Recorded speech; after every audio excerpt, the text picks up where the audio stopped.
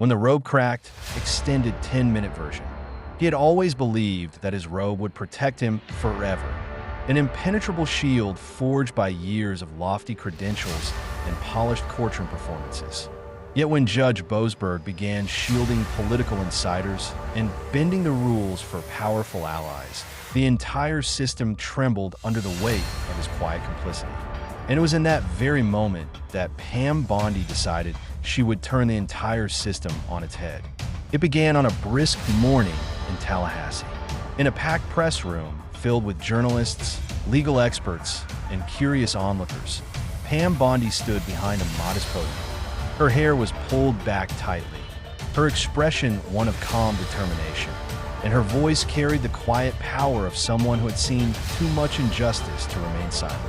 No teleprompter, no scripted lines, only a stack of sealed documents and the unwavering truth in her eyes.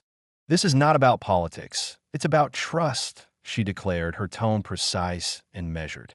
"Judge Boasberg has broken that trust, and today we begin to expose the truth behind his actions." Her words echoed across living rooms, courtrooms, and conference halls nationwide. For months, Pam had watched quietly as Judge Boasberg, a figure once celebrated for his measured rulings, began to deviate from legal norms. Rumors swirled within the Department of Justice. Sealed files, internal audits, and whispers of a highly sensitive case review implicating the judge in protecting powerful political allies at the expense of justice.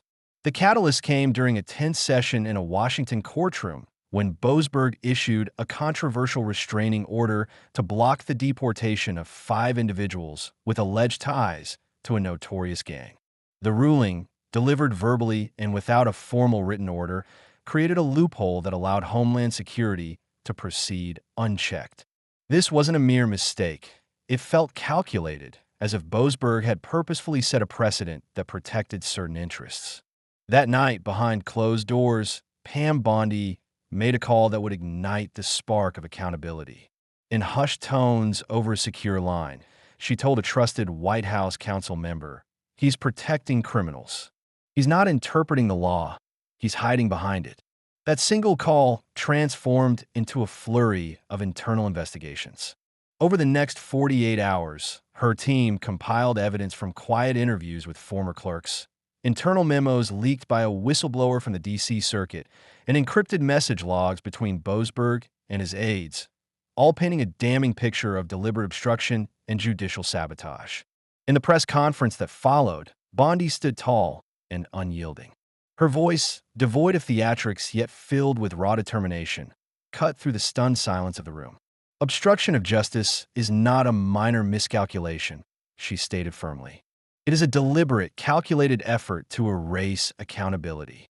And when a judge takes it upon himself to protect certain players at the expense of the law, the entire system is compromised." The reaction was instantaneous and polarizing.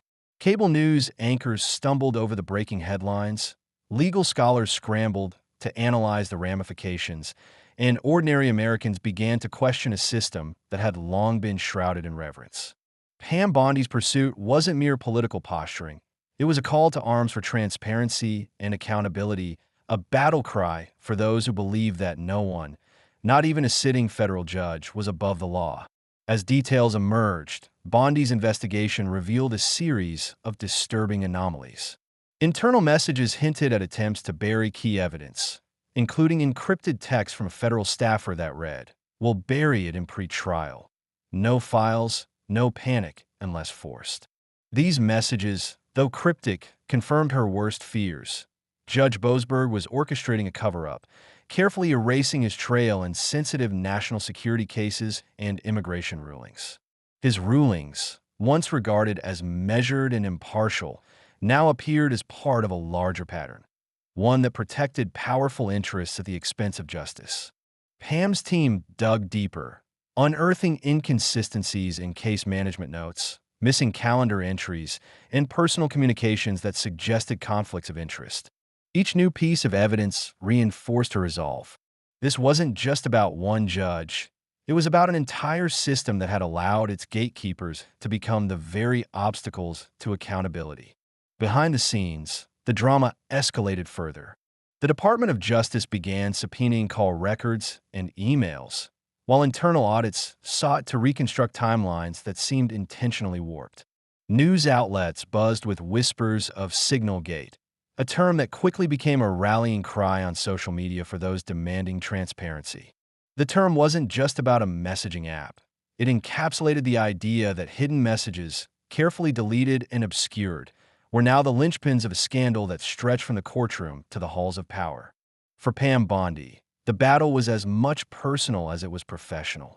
She recalled a letter from a grieving mother in Corpus Christi, whose son, a border agent, had been severely injured in an operation compromised by Judge Boasberg's lax rulings. "We can't keep pretending that politics have no real-world consequences," the letter pleaded. That letter, along with countless whispered stories from affected families, fueled her determination. She was not merely chasing headlines. She was fighting to restore a sense of justice to those who had been overlooked by a system that valued reputation over accountability. In a series of private meetings with her legal strategy team, Bondi's resolve hardened.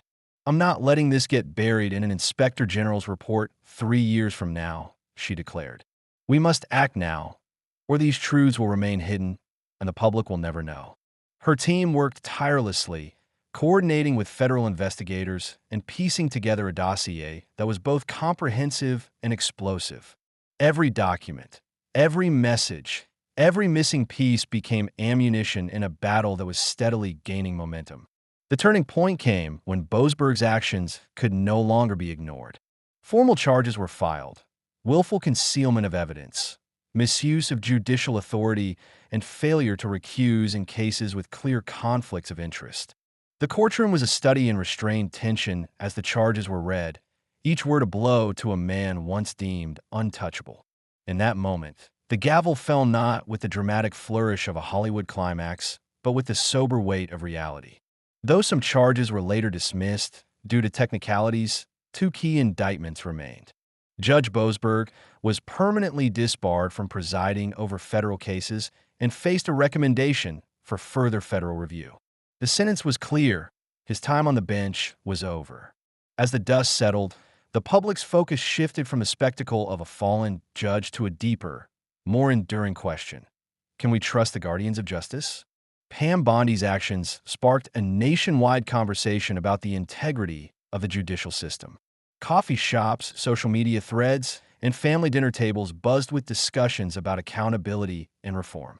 For many, the case became emblematic of a long-overdue reckoning, a reminder that even the highest echelons of power are subject to the unyielding light of truth.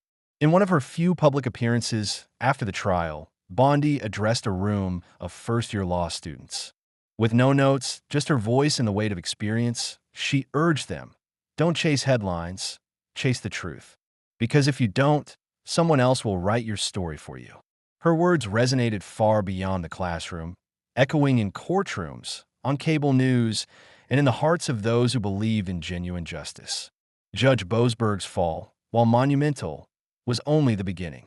In the weeks that followed, internal reforms were quietly initiated within the Department of Justice, and new measures were introduced to scrutinize judicial conduct more rigorously. Though some critics decried Bondi's methods as politically motivated, many more saw her as a beacon of accountability in an era where power often went unchecked. Pam Bondi's silence after the verdict was as powerful as the investigation itself. She did not hold a press conference or seek to be the face of the scandal. Instead, she continued her work, letting the outcome speak for itself. In her own quiet way, she had reminded the nation that true power is not measured by titles or reputations, but by one's unwavering commitment to the truth. And as the echoes of Judge Boasberg's fall faded from the headlines, a new conversation began, a conversation about transparency, integrity, and the importance of holding even the most powerful accountable. If this story moves you, share it with someone who believes that justice should always prevail over silence. Subscribe for more real stories that reveal what true character looks like in the moments that matter most.